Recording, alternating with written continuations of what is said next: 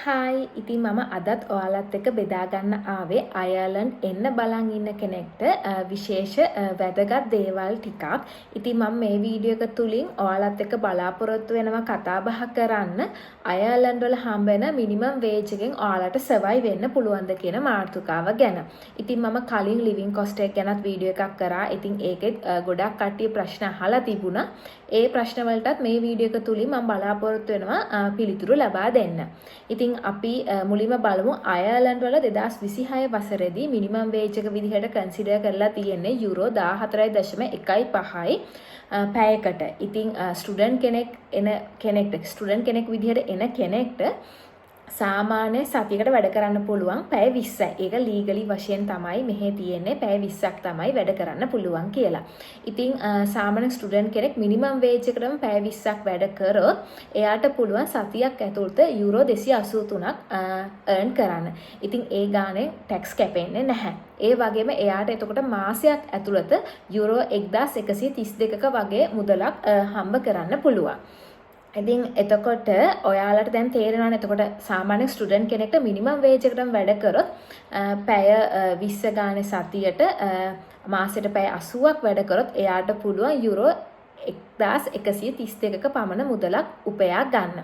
ඉතින් අපි බලමු මේ හම්බ වෙන අපි මේ earn කරන ගාණෙන් අපිට පුළුවන් ද මාසෙක සර්වයිව් වෙන්න කියලා අපේ ලිවිං එක්ස්පෙන්සස් ටිකත් බලලා අපි බලමු අපිට කොහොමද ඒක මැනේජ් කරගන්න පුළුවන් වෙන්නේ කියලා. ඉතින් අපි මුලින්ම අපි accommodation ගැන කල්පනා කරමු. ඉතින් accommodation ගැන කතා කරනකොට ස්ටුඩන්ට් කෙනෙක් විදිහට එන කෙනෙක් මුලින්ම ගොඩක් වෙලාවට ඉන්නේ sharing bedroom එකක. ඉතින් දෙන්නෙක් එක share කරගන්න room එකක් සාමාන්‍ය ඩබ්ලින් අවට මම කලින් කිව්වා වගේම යුරෝ 550ක් 600ක් වගේ මුදලක් වෙනවා. සිංගල් රූම් එකක් ගන්නවා නම් සමහර යුරෝ 800ක් 900ක් ඒක ඇත්තටම ඩිපෙන්ඩ් වෙනවා ඔයාලට හම්බෙන accommodation එකේ තියෙන දේවල් එක්කලා. ඉතින් ඒ වගේ මුදලක් තමයි සාමාන්‍ය accommodation වලට යන්නේ. අපි හිතමුකෝ මේ ඉන්න කෙනා ඉන්නේ මුල් කාලේ ගොඩාක් වෙලාවට හැම ස්ටුඩන්ට් කෙනෙක්ම වගේ ඉන්නේ sharing bedroom එකක. ඉතින් sharing bedroom එකේ ඉන්නවා යුරෝ 550ක වගේ මුදලකට. එතකොට එයාට අනිවාර්යයෙන්ම යනවා rent එක යුරෝ 550ක් කියන මුදලක්. ඊට පස්සේ අපි බිල්ස් ගැන කතා කරොත් එයා අනිවාර්යයෙන්ම යුටිලිටි බිල්ස් ගෙවන්න ඕනේ. එතකොට එයාගේ ෆෝන් බිල් එක ගෙවා ගන්න ඕනේ.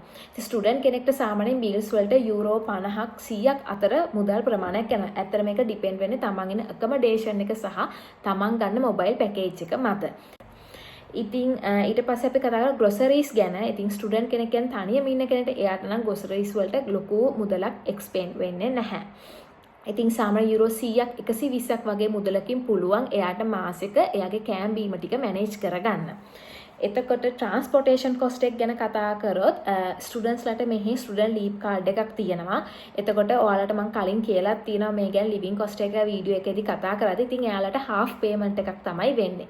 ඉතින් ඒකින්ද එයාලගේ ට්‍රාන්ස්පෝර්ටේෂන් කොස්ට් එක ටිකක් අඩු වෙනවා. එතකොට සාමාන්‍ය යුරෝ 50ක් 100ක් වගේ මුදලක් තමයි අපිට ඒ සඳහා අයින් කරන්න පුළුවන්. මොකද ඒක ඩිපෙන්ඩ් වෙන අනිවාර්යයෙන්ම ඔයා ඉන්න accommodation එක. එතකොට ඔයා කරන part time job එක තියෙන තැන අනුව. සාමාන්‍ය යුරෝ 50ක් යුරෝ 100ක් අතර මුදලකින් ඔයාලට පුළුවන් ට්‍රාන්ස්පෝර්ටේෂන් කොස්ට් එක කවර් කරගන්න. ඊට පස්සේ අද එක්ස්පෙන්සස් ගැන කතා කරොත් අපිට ඕනේ කරන මොනවා හරි කොස්මෙටික් අයිටම් එකක් නැත්නම් ඇඳුමක් අන්න ඒ වගේ දේවල් වලටත් අපි යම්කිසි මුදලක් අනිවාර්යයෙන්ම අයින් කරලා තියෙනවා. යුරෝ 50ක් 60ක් ඒක ඇත්තටම එක එක්කෙනාගේ ලයිෆ් ස්ටයිල් එක මත ඩිපෙන්ඩ් වෙනවා. ඉතින් සාමාන්‍ය යුරෝ 50ක වගේ අපි මුදලක් තිබ්බොත් සාමාන්‍ය ස්ටුඩන්ට් කෙනෙක්ට අයර්ලන්ඩ් වල ජීවත් වෙන්න මාසයක් ඇතුළත යන කොස්ට් එක විදිහට අපිට ගන්න පුළුවන් යුරෝ 900ක් 1100ක් වගේ අතර ගාණක්. ඉතින් ඒක තමන්ගේ ලයිෆ් ස්ටයිල් එක මත අනිවාර්යයෙන්ම ඩිපෙන්ඩ් වෙනවා. ඒ කොස්ට් එක කොහොමද අඩු වෙන්නත් පුළුවන්. සමහර අයට ඊට වඩා කොස්ට් එක වැඩි වෙන්නත් පුළුවන්. ඒක ඉතින් ඔයාලා මත තමයි අනිවාර්යයෙන්ම ඩිපෙන්ඩ් වෙන්නේ. ඉතින් මේක අනුව බැලුවාම ඔයාලට අනිවාර්යයෙන්ම හම්බෙන part time job එකෙන් ඔයාලගේ expenses ටික cover කරගැනීමේ හැකියාවක් තියෙනවා. තව දෙයක් මම කියන්න ඕනේ ඔයාලට මිනිමම් වේජ් එකම හම්බ වෙන්නේ නැහැ හැම රස්සාවකදීම. ඉතින් සමහර විට ඔයාලා කරන ජොබ් එක අනුව යුරෝ 15 16 17 ඒ වගේ පැයට ගෙවන ගාන රේට් එක වෙන්න පුළුවන්. ඉතින් මම මේ කතා කරේ අද මිනිමම් වේජ් එකෙන් ඔයාලට සර්වයිව් වෙන්න පුළුවන්ද කියන කාරණාව ගැන. ඉතින් ඔයාලට මේ කාරණා තුලින් තේරෙනවා ඇති ඔයාලට මිනිමම් වේජ් එකක් හමුනොත් අයර්ලන්ඩ් වල සර්වයිව් වීමට හැකියාවක් තියෙනවා කියලා. ඒ වගේම තව කාරණාවක් කියන්න ඕනේ ඔයාලට මේ විදිහට හම්බ කරලා කෝස් ෆී එක ගෙවන්න හරි අමාරුයි. ඒ කියන්නේ විශේෂයෙන්ම මාස්ටර්ස් වල එන කෙනෙක්ට මාස්ටර් එකක් තියෙන අවුරුද්දක කාලයක්. එතකොට ඔයාලට ඇවිල්ලා මාස 2-3ක් යන පාර්ට් ටයිම් ජොබ් එකක් හොයාගන්න. ඒ හොයාගෙන ඔයාලට කෝස් ෆී එක ගෙවා ගන්න තරම් කාලයක් හම්බ වෙන්නේ නැහැ. මම ඒ දේත් කියන්න ඕනේ. ඒ වගේම බැචලර්ස් වලට එන කෙනෙක්ට සාමාන්‍යයෙන් සමර් වැකේෂන් හැමරින්ද මාස 3ක් එයාට යම් කිසි මුදල් ප්‍රමාණයක් earn කරගන්න පුළුවන්. ඒ කියන්නේ full amount එකම නෙමෙයි course fee එකෙන් අවුරුද්දක ප්‍රමාණයෙන් 50ක් 60ක් ඒකත් ඇත්තටම ඩිපෙන්ඩ් වෙන්නේ ඔයාලගේ ලයිෆ් ස්ටයිල් එකත් එක්ක. එක්ස්පෙන්සස් ඔයාලගේ තියෙන විදිහ අනුව තමයි ඔයාලට සේව් කරගන්න පුළුවන් මුදල ඩිපෙන්ඩ් වෙන්නේ. මොකද සමහර අය ස්ටුඩන්ට් කාලෙම බ්‍රෑන්ඩඩ් අයිටම්ස් වලට යන්න බලනවා. ඒ වගේ දේවල් එක්ක එතකොට ඔයාලට සේව් කරගන්න හම්බ වෙන මුදල හරිම අඩුයි.